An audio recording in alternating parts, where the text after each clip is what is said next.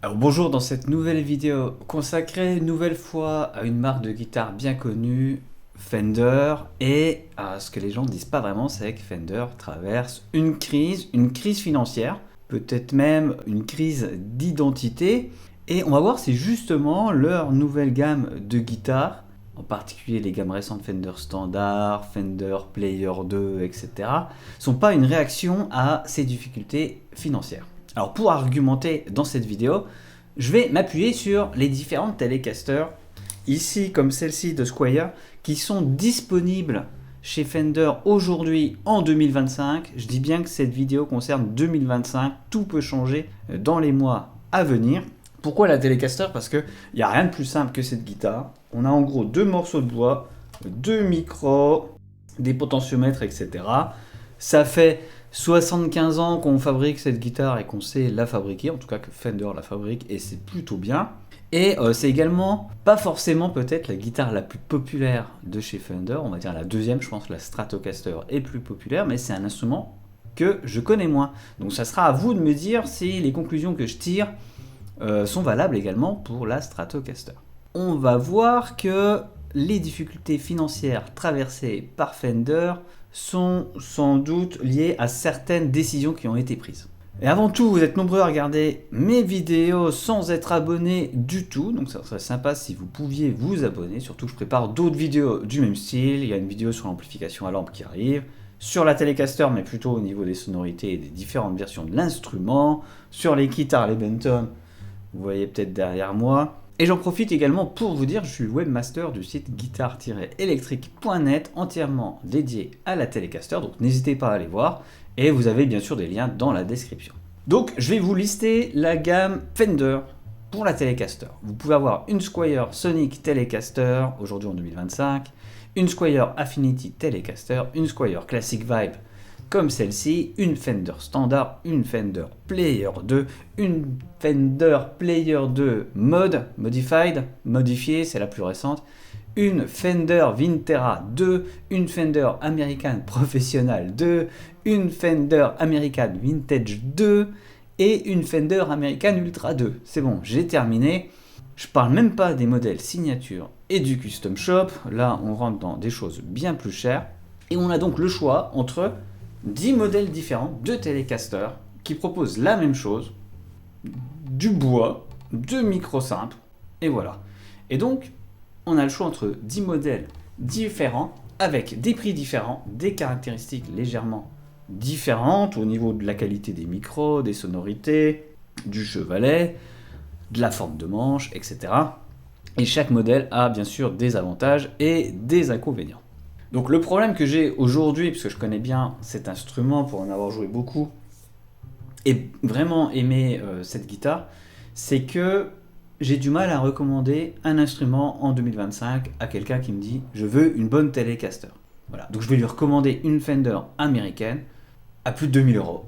Voilà. Aujourd'hui, on en est là, une Fender américaine Telecaster correcte à plus de 2000 euros. Pour ça, alors que cette Squier qui est déjà pas mal, même si j'ai changé le micro, vous avez peut-être vu la vidéo sur le sujet, j'ai changé le micro-manche, est vraiment également une très bonne Telecaster, Squier bien sûr, fabriquée en Asie. Et lorsqu'on m'interroge sur les différentes gammes, on arrive vite dans la gamme Squier Classic Vibe, Fender Standard, Fender Player 2, trois instruments qui se ressemblent énormément, avec pratiquement les mêmes qualités et les mêmes défauts. Donc les mêmes qualités, c'est une lutherie correcte, une électronique correcte. Même défaut, je considère que les micros sont pas géniaux sur ces guitares-là, sur ces trois-là, donc Fender Standard, Player 2 et Classic Vibe. Et le tout avec des différences de prix de 100 à 150 euros. Ça devient compliqué et on se retrouve à choisir uniquement le mot écrit là, donc Squier ou Fender, et le pays de fabrication, avec trois instruments, trois Telecaster qui ont des différences vraiment minimes.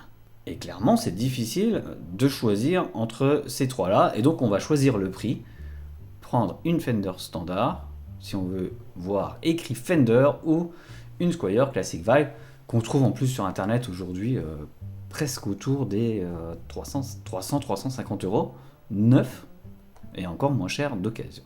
Et tout ça, ça cache quelque chose de très important et qu'on sait peu, c'est que Fender est une entreprise donc américaine qui fonctionne pas très bien.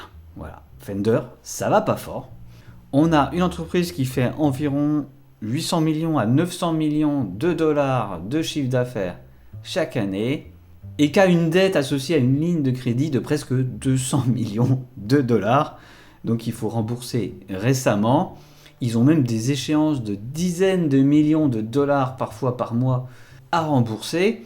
Et évidemment, on ajoute à cela toutes les problématiques de taxes qui font que même s'ils ont lancé une gamme avec des guitares asiatiques moins chères pour faire plus de marge, parce que la Fender Standard c'est clairement un moyen de faire de la marge, vous savez, c'est celle qui est fabriquée en Indonésie, j'avais fait une de mes premières vidéos sur le sujet là-dessus. Tout ça c'est dans le but tout simplement de sortir la tête de l'eau et de dégager un petit peu de bénéfices, de rembourser leurs emprunts auprès des banques pour fonctionner, et sans doute qu'ils n'y arriveront pas. Alors j'espère qu'ils vont y arriver, de toute façon la marque Fender ne va pas disparaître, mais Fender est dans une sorte de spirale infernale où on multiplie les modèles, pas forcément super intéressants. Aujourd'hui, Fender Standard c'est pas intéressant, la Player 2 Modified c'est pas intéressant, c'est juste une Telecaster avec je sais plus quoi d'ailleurs. Je crois qu'il y a des mécaniques à blocage et un sillet un peu meilleur. Tout ça, ça rajoute 300 € dessus sur la facture. Je n'ai pas compris. Et donc, il n'est pas sûr que l'année 2025 soit vraiment bonne pour Fender. Alors, je ne sais pas ce que vous en pensez. Je suis aussi curieux d'avoir votre avis sur la Stratocaster. J'ai l'impression qu'on est sur la même gamme, le même sujet. Sur les basses aussi. Mais est-ce que vous arrivez à vous décider aujourd'hui à y trouver votre compte dans la gamme Fender, comme c'était parfois le cas il y a 10 ou 20 ans? Et est-ce que tout simplement, toute cette variété de guitares que Fender met sur le marché, ça ne crée pas plus de confusion?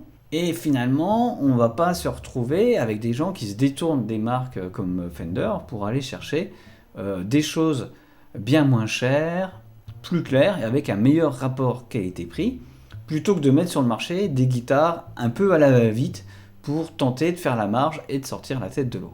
Alors voilà, dites-moi ce que vous en pensez et je vous mets également un lien dans la description important vers l'entreprise Moody's, vous savez, qui note les différentes entreprises, les dettes, etc.